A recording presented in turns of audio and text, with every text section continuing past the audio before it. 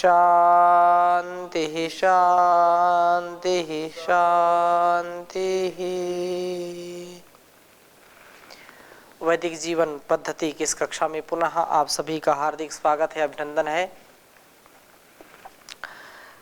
प्रभु का गुणगान हम कर रहे हैं वेद मंत्रों के माध्यम से, और जीवन में हम जो कुछ बनना चाहते हैं या जिसकी आराधना करना चाहते हैं उसको हमको स्वयं अपने जीवन में उतारना पड़ता है। देवो भूत्वा यजेत देवान, देवता की पूजा देवता बनकर के करनी चाहिए। देवत्व के गुणों से व्यक्ति जब ओतप्रोत होता है तो देवों का जो अभिषेक है, देवों का जो स्तुति है उनकी, वह हमारे लिए कृपा बरसाती है, अर्थात हम वैसे गुणों को धारण करने वाले बन जाते हैं। यदि हम गुणगान कर रहे हैं लेकिन हमारे अंदर राजसी या तामसिक प्रवृत्तियां अपना घर बना के बैठी हैं तो हम कितना भी देवत्व का दिखावा करें, वो देवत्व हमारे अंदर घटित नहीं होता है। इसलिए यदि हम देवत्व का आचरण करना चाहते हैं, देवत्व को उतारना चाहते हैं अपने स्वभाव में, तो इसके लिए हमको हर पल इस पर कार्य करना चाहिए, विचार करना चाहिए। संस्कारों को बनाने का बहुत बड़ा जो कार्य है, उस कार्य को परिष्कार के रूप में जब हम उद्यत हो जाते हैं कि नहीं करना ही है, तो उस परिष्कार से जीवन का उद्धार हो जाता है। छोटी छोटी बातें हमारे जीवन को बड़ी उन्नति तक ले जाती हैं, जिन पर हम ध्यान देते हैं कि नहीं इस काम को हमको करना है, और इसके लिए जितना भी हमको अपने स्वरूप को परिवर्तित करना पड़े, अपने स्वभाव को परिवर्तित करना पड़े, व्यक्ति अगर चाह ले तो उसको जरूर पा सकता है। देने वालों की दुनिया में कमी नहीं है, लेने वालों की कमी है। परमात्मा तो हमको खूब देता है। मेरी झोली छोटी पड़ गई रे, इतना दिया मेरे दाता। तो लेकिन वो पात्रता होनी चाहिए। तो बहुत ही सुंदर मंत्र 59वें सूक्त का, देव को देव का दर्शन। क्योंकि परमात्मा तो कहीं बाहर नहीं, अंदर हमारे है। यदि हम उसका सच्चा दर्शन करना चाहते हैं, उसका अनुभव करना चाहते हैं, तो उसके लिए हमारे अंदर पवित्रता चाहिए, उसके लिए हमारे अंदर देवत्व का भाव होना चाहिए। तो देव का दर्शन तभी होता है, नहीं तो संसार में जो चीजें हमारे सामने आती हैं हम उन्हीं के आकर्षण में अपने को लगाते रहते हैं और उन्नति फिर हमको मिलती नहीं है। तो मैं वेद मंत्र लिख देता हूं, फिर चर्चा करता हूं। ओम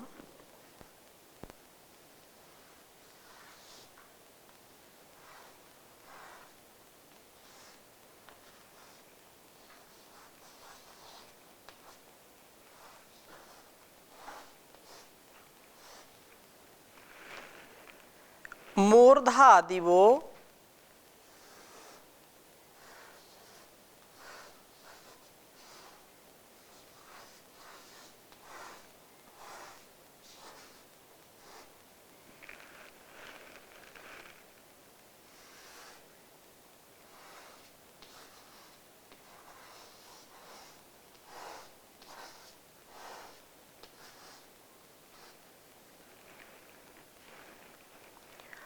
नाभिरग्निः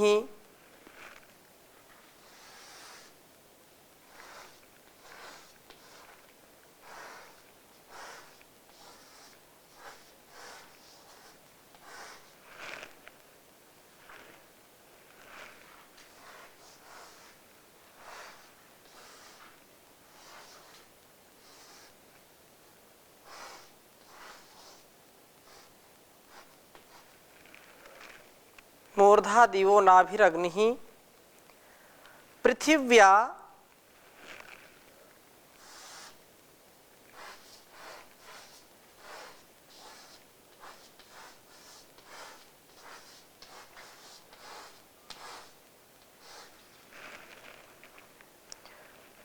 अथा भवदरति।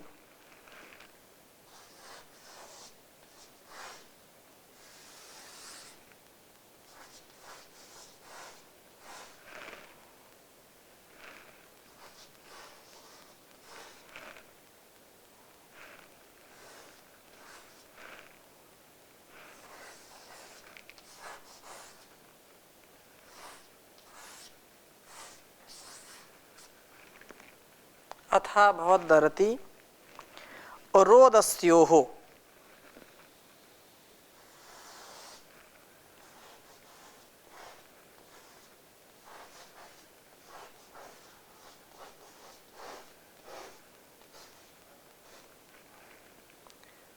अथा भवदरति रोदस्योः तम त्वा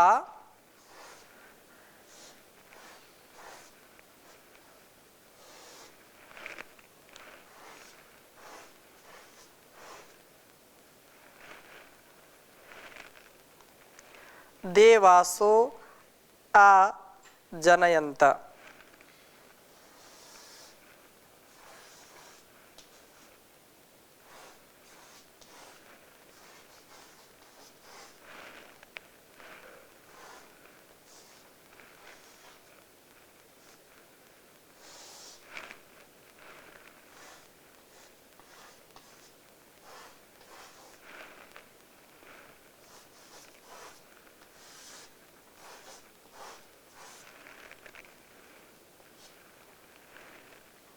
देवम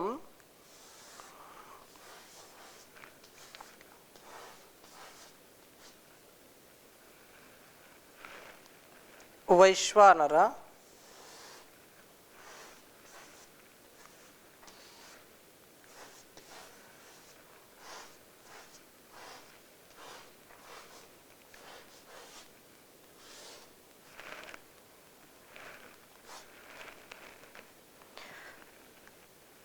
ज्योतिरिदार्याय।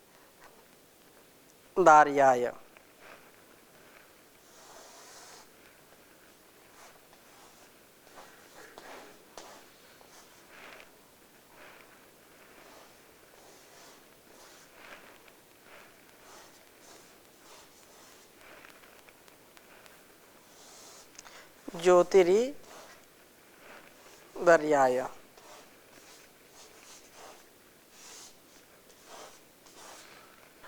ओम मूर्धा दिवो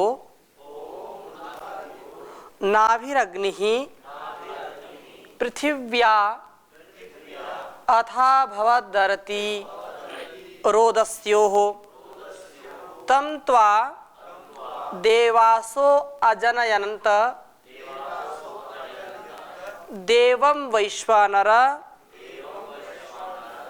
ज्योतिरिदार्याय। ओम मूर्धादिवो नाभिरग्नि पृथिव्या अथा भवदरति रोदस्योः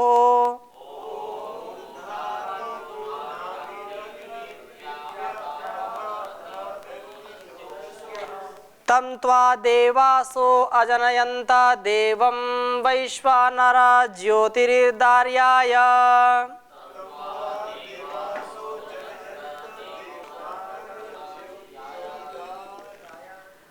ज्योतिरिदार्याय थोड़ा सा कठिन शब्द हैं कुछ, तो इस प्रकार से ये कहा कि देव को देव का दर्शन, अग्नि ही सब अग्नियों में जो अग्नि तत्व की स्थापना करने वाला महान परमपिता परमेश्वर है। दिवह जो मूर्धा दिवलोक की मूर्धा है, सिर की भांति प्रधान है। पृथिव्या पृथ्वी का जो नाभि बंधन बंधने करने वाला है। पृथ्वी स्थ सब प्राणियों को परस्पर संबंध करने वाला, अर्थात सबको संबंधित करता है। सृष्टि चक्र एक दूसरे से क्या है, जुड़ा हुआ है, मिला हुआ है। चाहे वो चींटी हो या हाथी हो, चाहे हमारे आसपास के पशु पक्षी हो या जंगल पशु पक्षी हो जो जंगल में रहते हैं, सब एक दूसरे पर क्या है, आश्रित हैं, एक दूसरे के जीवन को चलाते हैं, तब यह जगत चलता है। परस्पर का संबंध है, वनस्पतियों का भी संबंध है। इस प्रकार से यह प्रभु रोदस्यो हो द्यावा पृथ्वी का अरति ही स्वामी है, सारे संसार का यह स्वामी हो गया है।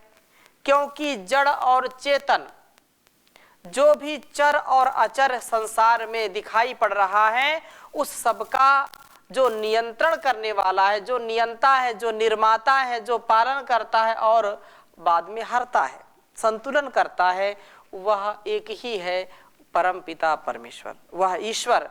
उसको अनेक नामों से लोग जानते हैं, कह देते हैं। तो यह बहुत ही हमारे लिए महनीय है कि हम उसको जानें, उसको समझें। उसको पाने के लिए हम वैसी पात्रता अपने अंदर लाएं, तो वह स्वामी हो गया है। हे वैश्वानरा, सब नरों का हित करने वाले प्रभो, तम देवम द्योतमान प्रकाश के पुंज त्वा तुझे देवासः, ज्ञान की ज्योतियों से दीप्त करने वाले लोग ही अजनयंता अपने हृदयों में प्रादुर्भूत करते हैं। अर्थात देव का साक्षात्कार जो है देव बनकर के ही किया जाता है। अपने हृदय में हम उस परमात्मा का दर्शन करें, उसके लिए पवित्रता परम आवश्यक है। बिना पवित्रता के व्यक्ति कभी भी परमात्मा को पा नहीं सकता है। जहां पवित्रता है वहां ईश्वर का वास है, जहां पवित्रता है वहां पर नहीं है। लेकिन इसको ऐसे भाव में नहीं समझना, क्योंकि सब कुछ तो उसी में है। कहने का आशय यह है कि हमारे अंदर ईश्वर है, उसका अनुभव हमको कब होगा, जब हमारे अंदर पूरी पवित्रता होगी, कृतज्ञता होगी। नहीं तो चाह कर के भी हम उसको पा नहीं सकते, वो होते हुए भी मिलता नहीं है, उसका अनुभव नहीं होता। इसलिए कहा है क्या, कस्तूरी कुंडली बसे मृग ढूंढे बन माई, कस्तूरी कुंडली बसे मृग ढूंढे बन माही, ऐसे घट घट राम है दुनिया देखे नाही, प्रभु जी दुनिया देखे नाही। तदे जति तन्ने जति तद्दूरे तद्वंतिके तदंतरस्य सर्वस्य तदु सर्वस्यास्य बाह्यतः। वह परमात्मा तो कण कण में व्याप्त है, कण कण हर क्षण हर पल हम उसका ध्यान करते रहें, कण कण में उसका दर्शन करते रहें, तो निश्चित रूप से उसकी भक्ति से हमको बड़ी जो है महत्वपूर्ण शक्ति मिलती है। लेकिन यदि हम उसको कृतज्ञता पूर्वक नहीं जानेंगे, नहीं समझेंगे, तो उसका कभी अनुभव नहीं कर सकते। इसलिए कहा तदे जति तन्ने जति तद दूरे तद्वंतिके, वो निकट से भी निकट है और दूर से भी दूर है। जो लोग उसकी भक्ति करते हैं, उसके प्रति कृतज्ञता का भाव रखते हैं, उस पर विश्वास रखते हैं, कर्म फल व्यवस्था पर जिनको विश्वास है, ईश्वर पर जिनको विश्वास है, पूर्व जन्म और पुनर्जन्म कर्म फल सिद्धांत पर जिनको विश्वास है, वो कभी भी गलत कार्य नहीं करते हैं। ऐसे लोग सदा परमात्मा की सन्निधि में रहते हैं, उनका गुणगान करते हुए वे लोग तर जाते हैं, भवसागर पार कर जाते हैं, और जिनके जीवन में देवत्व होता है। हे प्रभु, आर्याय, आर्य के लिए, अर्थात आर्य कौन है, जो श्रेष्ठ है। आर्य किसको कहते हैं, जो श्रेष्ठ है, जिसका गुण कर्म स्वभाव आचरण परिष्कृत है, व्यवस्थित है, जो स्वयं जागृत है और दूसरों को भी जागृत करता है, ऐसा व्यक्ति आर्य है। ऐसे श्रेष्ठ वृत्ति वाले पुरुष के लिए इत निश्चय से ज्योति ही यह प्रकाश है। आर्य के लिए यह प्रभु का पथ प्रदर्शक है। हमारे सब के लिए आर्य के लिए प्रभु पथ प्रदर्शक सदा बने रहते हैं, मार्गदर्शक सदा बने रहते हैं। और जो आर्य नहीं है, अब इस पे बड़ी बहस आजकल चलती है। आर्य कोई वो नहीं है, आर्य जैसे जो भारत में रहता है उससे क्या कहेंगे? भारतीय कहेंगे ना उसको। जो भारत में उसे भारतीय कहेंगे, जो अमेरिका में उसको क्या कहेंगे? अमेरिकन कहेंगे उसको ना। और जापान में रहने वाला जापानीज, और जो चाइना में रहता है उसको चाइनीज बोलते हैं। तो ये हमारा जो भारतवर्ष है श्रेष्ठों का ये देश है। इसको क्या कहते हैं? आर्यवर्त कहते हैं। और आर्यवर्त में रहने वाले क्या कहलाएंगे? आर्य कहलाएंगे। लेकिन बीच में यह श्रृंखला बहुत ही क्षतिग्रस्त हो गई, जिससे लोगों ने अपने स्वभाव को, अपने कर्म को, अपने संकल्प को भुला दिया, जिससे बड़ी क्षति हुई राष्ट्र की और समाज की। तो आर्याय परमात्मा का यह संकल्प है कि मैं जो श्रेष्ठ बुद्धि वाले, श्रेष्ठ आचरण वाले हैं, जिनके कथनी और करनी में कोई अंतर नहीं है, जो अपने जीवन को, शील स्वभाव को व्यवस्थित रखते हैं, शास्त्रोक्त रखते हैं, ऋषि प्रोक्त रखते हैं, वेदानुकूल जो आचरण जीते हैं, ऐसे आर्यों को मैं ज्योति, मैं उनको प्रकाश देता हूं, उनके लिए मैं प्रकाश का काम करता हूं। आर्य के लिए प्रभु ही पथ प्रदर्शक हैं। अंधकार में जैसे किसी टॉर्च का हम सहारा लेते हैं, तो इस संसार के अंधकार से पार जाने के लिए, इस भवसागर से पार जाने के लिए हमको प्रभु के जो है ज्ञान रूपी टॉर्च का या ज्ञान रूपी नौका का ही सहारा है। इसलिए ये कहा है कर्तव्य कर्म को करना, अकर्तव्य कर्म को ना करना, यह जरूर हमारे जीवन में होना चाहिए। ऐसी वृत्ति वाले पुरुष को ही प्रभु प्रेरणा सुनाई पड़ती है, और उस प्रेरणा के अनुसार जो चलता हुआ सदा उन्नति करता है, यह सदा प्रकाश में अवस्थित होता है, कभी अंधकार का अनुभव नहीं करता है। लेकिन जो लोग इससे भटक जाते हैं, विषयों में, संसार के भटकाव में भटक करके अटक जाते हैं, तो उनका कौन कल्याण कर सकता है?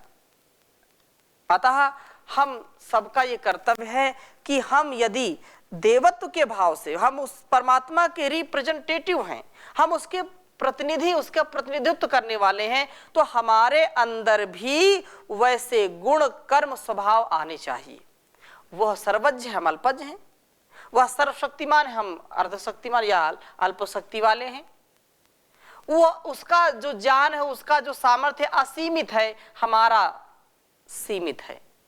ऐसे तो इसका हम यदि पूरा सदुपयोग करें मन मस्तिष्क का, तो बहुत बड़ी बात हो जाए, लेकिन पूरा होता नहीं है। ऐसी भावना से हम रहें तो कह रहे हैं कि प्रभु ही ब्रह्मांड के स्वामी हैं। उस देव का दर्शन देव बनने से ही प्राप्त होता है, क्योंकि वो सदा देता रहता है। अच्छा, बदले में कुछ लेता है क्या हमसे? कुछ लेता हो तो बताइए कि नहीं, उसने बड़ा टैक्स लगा दिया। संसार में तो कितना टैक्स लगा हुआ है। घर में बिजली का टैक्स दीजिए, पानी का टैक्स दीजिए, भूमि का टैक्स दीजिए, कहीं आप बैठे हैं आप टैक्स दीजिए। जो चालक हैं उनको पूछिए, वो जहां भी जाएंगे देश के कोने कोने में उनको चालकों को देना पड़ता है। जो ड्राइवर होते हैं उनको टैक्स देना पड़ता है। गाड़ी चल रही है, टैक्स देना पड़ेगा। जल का टैक्स तो शहरों में तो लेते ही हैं, गांव में नहीं लेते। लेकिन जो हमको प्रकृति से मिला है, क्या हमने कभी उसका टैक्स दिया है? क्या टैक्स नहीं दिया, बल्कि उसको खराब करने का काम किया है। यदि किसी को ऑक्सीजन की कमी हो जाए तो भर्ती करते हैं, ऑक्सीजन उसको देते हैं हॉस्पिटल में। कुछ लोग घर में भी ले आते हैं कि जब उनको ज़्यादा ज़रूरत पड़ती है तो उसको टैक्स देना पड़ता है। एक प्रकार से टैक्स ही है, उसको शुल्क देना पड़ता है कि नहीं। लेकिन आप सुबह से शाम तक हम सभी इतनी ऑक्सीजन लेते हैं, कितना सारा जल पीते हैं, नहाते हैं, बहुत कार्य करते हैं, तो क्या कोई टैक्स है? कोई टैक्स नहीं, कोई टैक्स नहीं है। हम उस परमात्मा की कृतज्ञता में सदा रहें, उसके प्रति कृतज्ञ रहें, संसार में आकर के देने का स्वभाव हमारा हो जाए। यही बात तो है ना, देवो भूत्वा यजेत देवम। अपने ज्ञान से, अपने कर्म से, अपने स्वभाव से जो कुछ भी हम दे सकते हैं इस जीवन में, हमको संसार के लिए देना चाहिए, जगत के लिए देना चाहिए, तभी जाकर के हमारे जीवन का कल्याण होता है, हमारा जीवन सफल हो जाता है। अतः परमात्मा से प्रार्थना करें कि कैसा हमारा जीवन हो। प्रभु मेरे जीवन को पावन बना दो, कोई दोष मुझ में रहने न पाए। प्रभु मेरे जीवन को पावन बना दो, कोई दोष मुझ में रहने न पाए। दोष रहित जीवन जीना है। एक भी दोष जैसे व्यक्ति को नष्ट कर देता है। उसका उदाहरण देते हैं कि घड़ा कितना बड़ा हो और उसमें पूरा जल भर दिया जाए, कहीं से छोटा सा एक बाल जैसा भी सुराख, एक एक बूंद पानी उससे टपक रहा हो तो एक दिन पूरा घड़ा ही खाली हो जाता है। ऐसे कितना बड़ा धनवान व्यक्ति हो, कितना बड़ा गुणवान हो, यदि उसके अंदर कोई छोटी सी भी त्रुटि है, कोई छोटा सा भी दोष है, तो निश्चित रूप से जैसे एक चिंगारी पूरे दुनिया को जला सकती है, वैसे एक व्यक्ति का दोष उसके जीवन को, जगत को भी नष्ट कर सकता है, समाज को नष्ट कर सकता है। कहा सुख दुख हो या रहे हान लाभी, सुख दुख हो या रहे लाभ हानि, हर पल जपे तेरे नाम को वाणी, रहे याद तेरी सदा इस दिल में, रहे याद तेरी सदा इस दिल में, कोई और इसमें बसने न पाए। प्रभु मेरे जीवन को पावन बना दो, कोई दोष मुझ में रहने न पाए। पर धन की चोरी न अपहरण की इच्छा, रहूं चाहे निर्धन मांगू चाहे भिक्षा। हो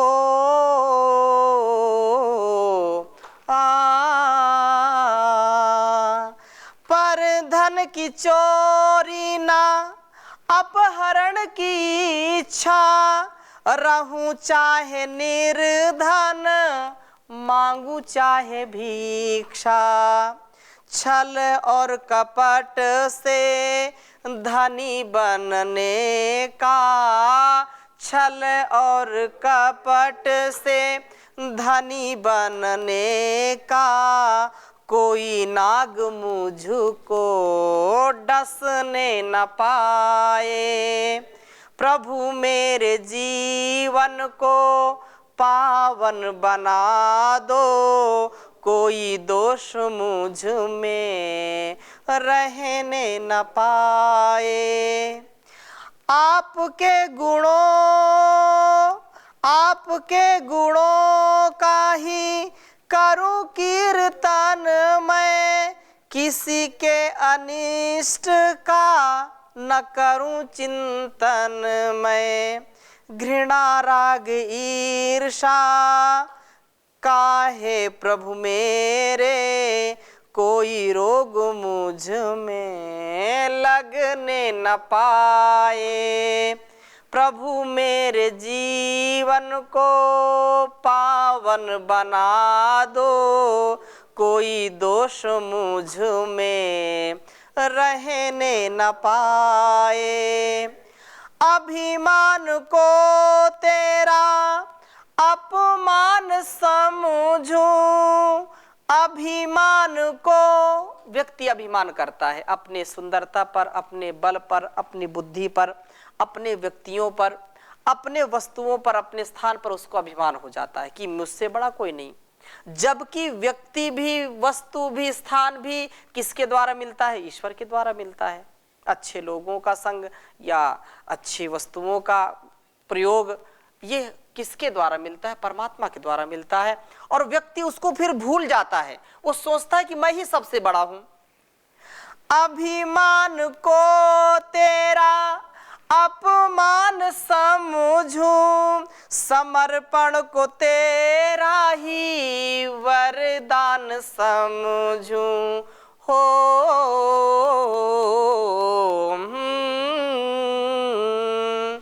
अभिमान को तेरा अपमान समझूं, समर्पण को तेरा ही वरदान समझूं। हे प्रभु मेरे विचार हो ऐसे, हे प्रभु मेरे विचार हो ऐसे, कोई देख मुझ पे हंसने न पाए। प्रभु मेरे जीवन को पावन बना दो, कोई दोष मुझ में रहने न पाए, कोई दोष मुझ में रहने न पाए। ओम शांति शांति शांति।